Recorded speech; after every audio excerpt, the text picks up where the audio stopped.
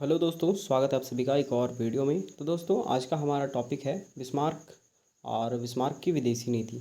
ठीक है, ये क्वेश्चन जो है आप सबका हमेशा आप सबके पेपर में देखने को मिलता है, चाहे 5 नंबर वाला क्वेश्चन में पूछे या फिर 15 नंबर वाले क्वेश्चन में पूछे, लेकिन ये क्वेश्चन फिक्स है। ठीक है, तो बिस्मार्क की विदेशी नीति का वर्णन करें, ये आपको क्वेश्चन मिल ही जाता है। ठीक है, तो आज हम इसी के बारे में चर्चा करने वाले हैं और इससे रिलेटेड सारी जानकारी आप सबको देने वाले हैं। ठीक है, तो क्वेश्चन लिखने का तरीका क्या होता है? सबसे पहले आप जो भी क्वेश्चन दिया होता है उसको परिचय के रूप में लिखते हैं, तो उसका परिचय, उसके बाद जो मुख्य उसको पूछा जाता है, जैसे कि विदेशी नीति पूछा गया है तो उसके बाद हम विदेशी नीति देखेंगे, और फिर जो परिचय और विदेशी नीति मिला के एक हम संक्षेप में उसका वर्णन करते हैं। इस प्रकार हम 5 से 6 पेज पूरा क्वेश्चन आंसर करते हैं। तो आपका जो क्वेश्चन आंसर करने का जो मेन मोटिव होना चाहिए कि वहाँ पे आप सबको पूरा 6 से 7 पेज, 6 पेज लगभग भर के आना ही है। आप सटीक नहीं लिखेंगे, आप एक बात को जितना ज़्यादा बार दोहरा के लिख सकें उतना आपका बेनिफिट पहुँचाएगा आपका ज़्यादा पेज भरने में। देखिए, बीए का पेपर जो होता है वो आप सबका, एक तो भाई आपका लिखावट, दूसरा आपका कितना आपने लिखा है, कितना पेज लिखा है, उस पर डिपेंड करता है। उसके आधार पे आपका नंबर मिलता है। ठीक है, तो उस पे रिलेटेड हम यहाँ पे जो बताते हैं तो आपको समझा के बताते हैं, ताकि आप सब खुद वहाँ पे लिखने जब स्टार्ट करें तो आपको वो सब पॉइंट याद आए और आप उस पॉइंट के आधार पर आप अपना पूरा पेज भर सकें और आप फुल में फुल मार्क्स उठा सकें। ठीक है, अब हम सबसे पहले चलिए पॉइंट आप सबको बताते हैं। तो सबसे पहला पॉइंट आपको याद रखना है कि परिचय, आपको सबसे पहले परिचय देना है, परिचय लिखना है। उसके बाद बिस्मार्क को ऑटो एडवर्ड लियोपोल्ड बिस्मार्क के नाम से जाना जाता है। देखिए, ये एक इम्पॉर्टेंट है नहीं, लेकिन आपको लिखना है ताकि आप ज़्यादा लिख सकें। तो क्या लिखना है? बिस्मार्क को जो है ऑटो एडवर्ड लियोपोल्ड बिस्मार्क के नाम से भी जाना जाता था, जिसका जन्म 1 अप्रैल 1815 ईस्वी को जर्मन में हुआ था। वह जर्मन साम्राज्य का प्रथम चांसलर था और तत्कालीन यूरोप का प्रभावी राजनेता था। नहीं तो वहाँ पर इसको इस तरह भी लिख सकते हैं कि वहाँ का बहुत ही उभरता हुआ नेता था। आप जितना भी चढ़ा बढ़ा के लिख सकें, ज़्यादा लंबा करके, उतना आपके लिए अच्छा रहेगा। ठीक, या फिर अब जो मैंने यहाँ पे लिखा है वो सेम चीज़ आप भी उतार सकते हैं, कोई बात नहीं।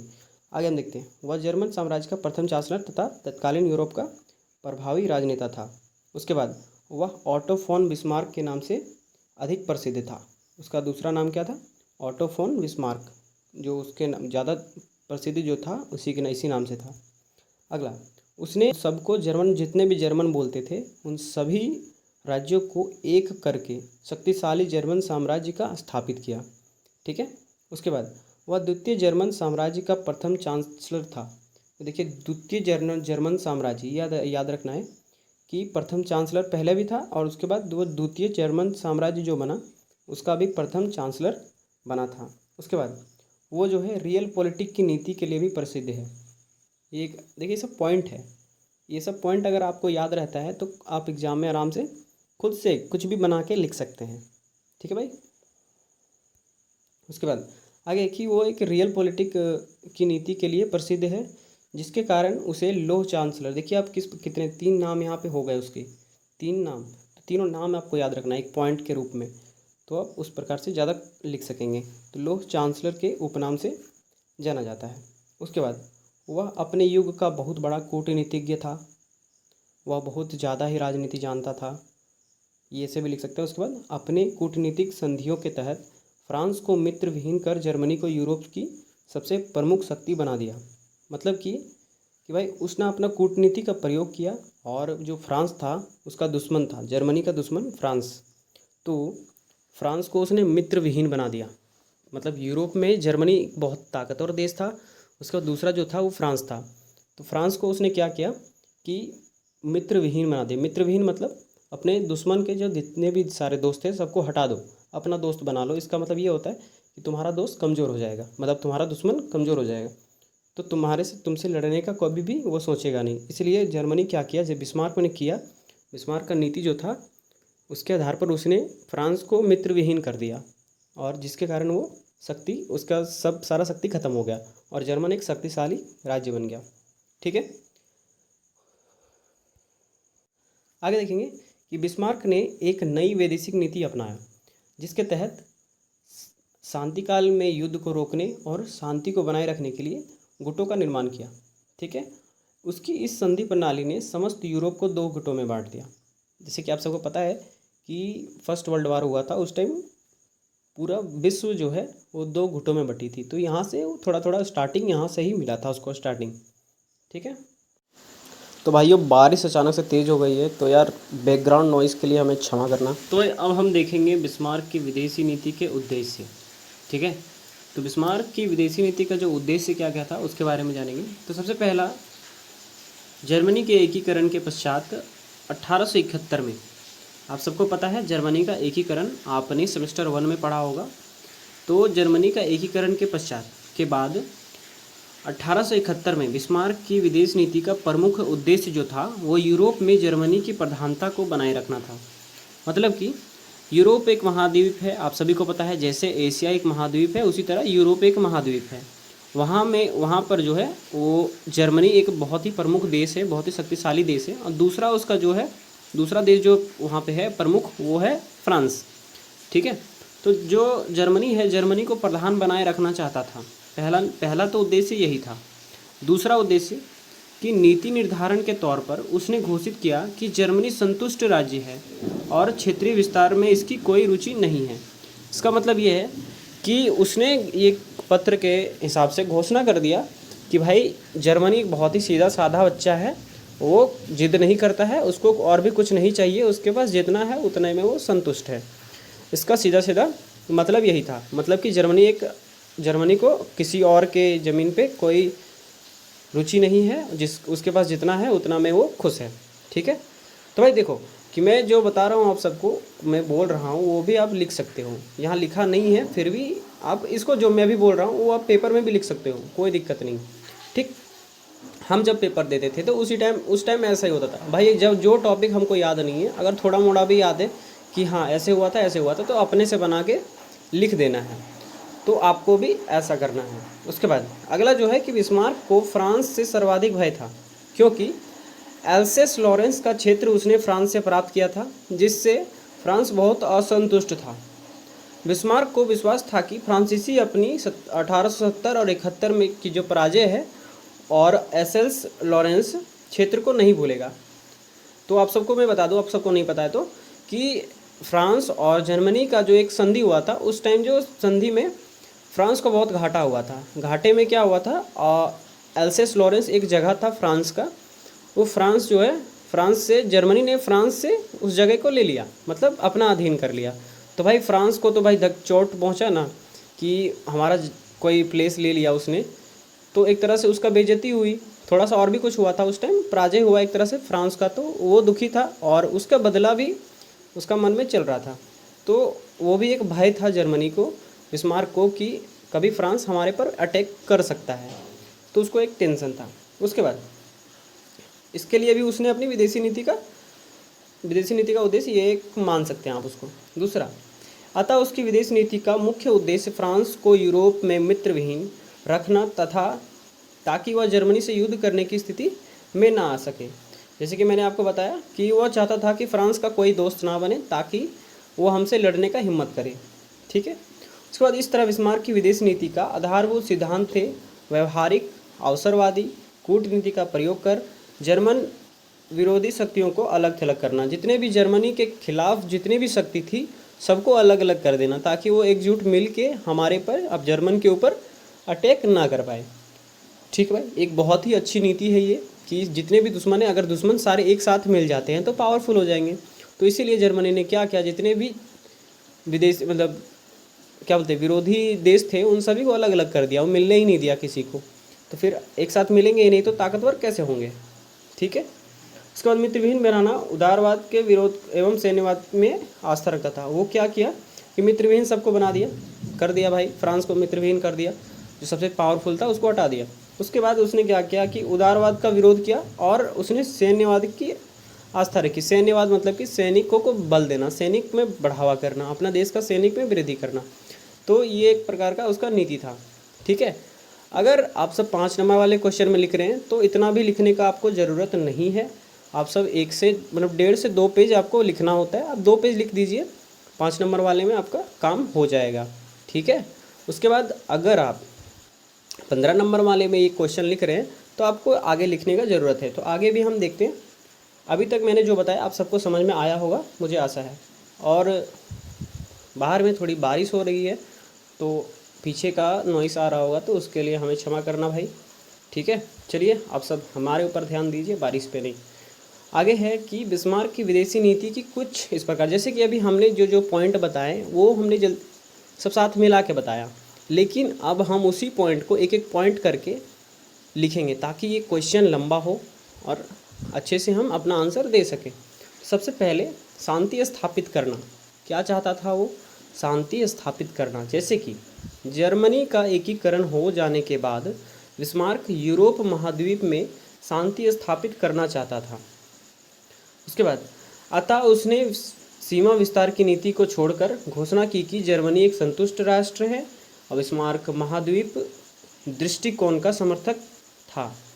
मतलब कि आपको मैंने पहले बताया कि उसने ये घोषणा कर दी कि भाई हम अच्छे हैं, हम किसी को ज़मीन नहीं लेना चाहते, किसी का ज़मीन नहीं लेना चाहते, ठीक। वह जर्मनी को साम्राज्यवादी नीति से दूर रखना चाहता था।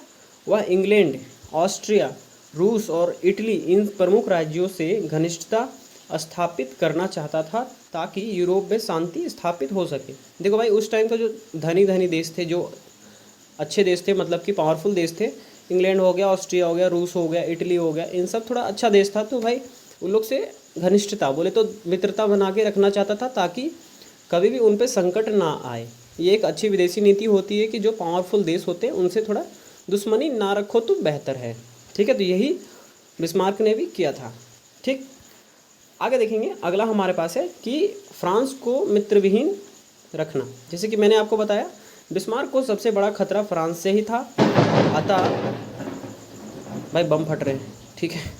आगे देखते हैं कि बिस्मार्क को सबसे बड़ा खतरा फ्रांस से था, अतः वह फ्रांस को यूरोप की राजनीति में मित्रविहीन व एकाकी बनाना चाहता था। एकाकी मतलब अकेला, भाई उसका कोई है ही नहीं ऐसा, ठीक है। फ्रांस को आंतरिक रूप से भी निर्बल बनाए रखना चाहता था। इस दृष्टि से फ्रांस में गणतंत्रीय व्यवस्था का समर्थन किया। गणतंत्र मतलब पता है, जैसे भारत में गणतंत्र है। गणतंत्र मतलब क्या होता है कि एक तरह से दो पॉइंट ऑफ व्यू से देखा जा सकता है गणतंत्र को। तो एक उसने ये सोच के देखा कि गणतंत्र होगा तो भाई अंदर में ही थोड़े से उलझे हुए रहेंगे देश के लोग। गणतंत्र मतलब अलग अलग अपना विचारधारा के लोग, अलग अलग नेता, अलग अलग सब कुछ जनता के आधार पर। तो गणतंत्र बना दिया ताकि वहाँ के लोग जो उलझे रह जाएं, वहाँ की सरकार अपने में घुल मिल के अपने में लड़ जाए। ये सोच के उसने गणतंत्रीय व्यवस्था का समर्थन किया उस टाइम में, ठीक है। ताकि इस व्यवस्था के अंतर्गत फ्रांस अपने मतभेदों का शिकार बने, मतलब एक दूसरे के साथ ना रहे, अपोजिट हो जाए, तो वहाँ ही सिविल वार हो जाए एक तरह से। इसके लिए उसने किया, ठीक। ये हो गया दूसरा। तीसरा क्या था कि इंग्लैंड के अनुकूल रहना। मतलब कि इंग्लैंड उस टाइम बहुत ही उस टाइम क्या यार, हमेशा से है, इंग्लैंड एक बहुत ही पावरफुल देश था। तो बिस्मार्क चाहता था कि इंग्लैंड जो है, देखिए भैया यहाँ पे जो लिखा है उसको ही मत लिखना, जो मैं बोल रहा हूँ उसको भी लिख सकते हो आप, कि बिस्मार्क चाहता था कि इंग्लैंड से उसकी दुश्मनी ना हो या फिर इंग्लैंड जर्मनी का दुश्मन ना बने, इसलिए वह इंग्लैंड के अनुकूल रहना चाहता था। उस समय इंग्लैंड शानदार अलगाववादी की नीति का पालन कर रहा था, इसलिए बिस्मार्क ने ऐसी विदेशी नीति का पालन उचित समझा जिसका इंग्लैंड की विदेश नीति पर कोई प्रतिकूल प्रभाव न पड़े। मतलब कि इंग्लैंड अलगाववादी की नीति में था, तो बिस्मार्क जो है वो नहीं चाहता था कि वो अगर कोई भी ऐसा विदेशी नीति अपनाए जिससे इंग्लैंड को कोई प्रभाव पड़े और वो जर्मनी के खिलाफ हो जाए, ठीक है। तो जर्मनी के अनुकूल रहना चाहता था, जर्मनी के साथ साथ, मतलब इंग्लैंड के साथ साथ वो रहना चाहता था, ठीक है। उसके बाद अतः उसने जर्मनी की जल सेना का विस्तार करने का विचार छोड़कर थल सेना का ही विस्तार किया।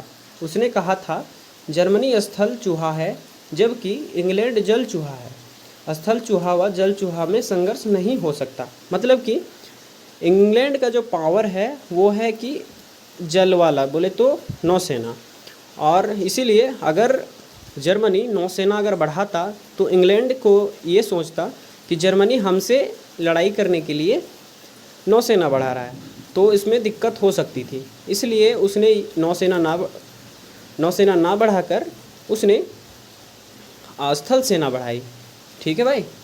उसके बाद असल से ना बढ़ाई, ताकि वो नहीं सोचे, इंग्लैंड यह नहीं सोचे कि हमसे लड़ाई करना चाहता है, ठीक, उसको मन में कोई शंका ना हो। ये हो गया उसका इंग्लैंड से अनुकूल रहना। उसके बाद अगला ये है कि पूर्वी समस्या में बिस्मार्क की कोई रुचि नहीं थी। पूर्व के देशों में जितनी भी समस्या थी उसमें बिस्मार्क का कोई फर्क ही नहीं पड़ता था, कुछ भी नहीं, जिससे वह इससे तनावपूर्ण समस्या मानता था भाई, कि उसको लगता था कि दिमाग ख़राब करने वाला चीज़ें हैं, छोड़ दो। इसलिए वह कहता था कि कुस्तुनतुनिया से आने वाली डाक को मैं कभी नहीं खोलता। कुस्तुनतुनिया एक पूर्वी देश है, तो वहाँ से जितने भी उधर से जितने भी डाक आते थे वो खोलता भी नहीं था, मतलब देखता भी नहीं था, कोई मतलब ही नहीं था उसको पूर्वी देशों से, ठीक, ये हो गया। उसके बाद बिस्मार्क की दृष्टि में रूस का सर्वाधिक महत्व था। बिस्मार्क की दृष्टि में रूस का सर्वाधिक महत्व था। उसने कहा था कि रूस मेरी विदेश नीति की धुरी है। धुरी मतलब एक तरह से बेस मान सकते हैं, अच्छा, मतलब अच्छा मानता था इस प्रकार से। तो भाई इस प्रकार से आप बिस्मार्क के विदेशी नीति के बारे में लिख सकते हैं। और उसके बाद और अभी लिखना चाहे तो आपने मेरा वीडियो नहीं देखा है कि कैसे आप अपना बीए का या फिर हिस्ट्री का पेपर लिखें, तो मैं बता देना चाहता हूँ कि हिस्ट्री का पेपर आप लिखने का स्ट्रक्चर ये होता है कि सबसे पहले जो क्वेश्चन पूछा जाता है उसका सबसे पहले आप परिचय देते हैं, फिर मेन टॉपिक को लिखते हैं, और उसके बाद मेन टॉपिक को लिखने का तो तरीका ऐसे होता है कि जो आप परिचय दे रहे हो उसी में सारा कुछ आप डाल दो। दो पेज का परिचय बना दो, फिर 2 पेज में आप मेन टॉपिक लिखो, 2 से 3 पेज में मेन टॉपिक लिखो पॉइंट वाइज बना के, और उसके बाद लास्ट 1 पेज में आप फिर से जो परिचय और मेन टॉपिक दोनों मिला के पूरा फिर 1 पेज में फिर उसी को छाप दो। इस प्रकार से आप सबका 6 पेज हो जाता है। तो इस प्रकार से आप पूरा लिख सकते हैं। आपने वो वीडियो नहीं देखा तो आप जाके ज़रूर देखें, मैं इस वीडियो का डिस्क्रिप्शन में भी वो डाल दूँगा, आप वहाँ से जाके देख सकते हैं। और आप यहाँ तक पहुँच गए हैं, इसका मतलब आपको वीडियो पसंद आई होगी। तो भाई जाने से पहले इस वीडियो को लाइक कर देना और इस चैनल को सब्सक्राइब करके जाना यार। हम आपके लिए इतनी मेहनत करते हैं तो आप इतना सा तो कर ही सकते हैं, ठीक है। और कैसा लगा ये वीडियो कमेंट करके बताना। मिलते अगले वीडियो में, तब तक के लिए बाय बाय, जोहार झारखंड।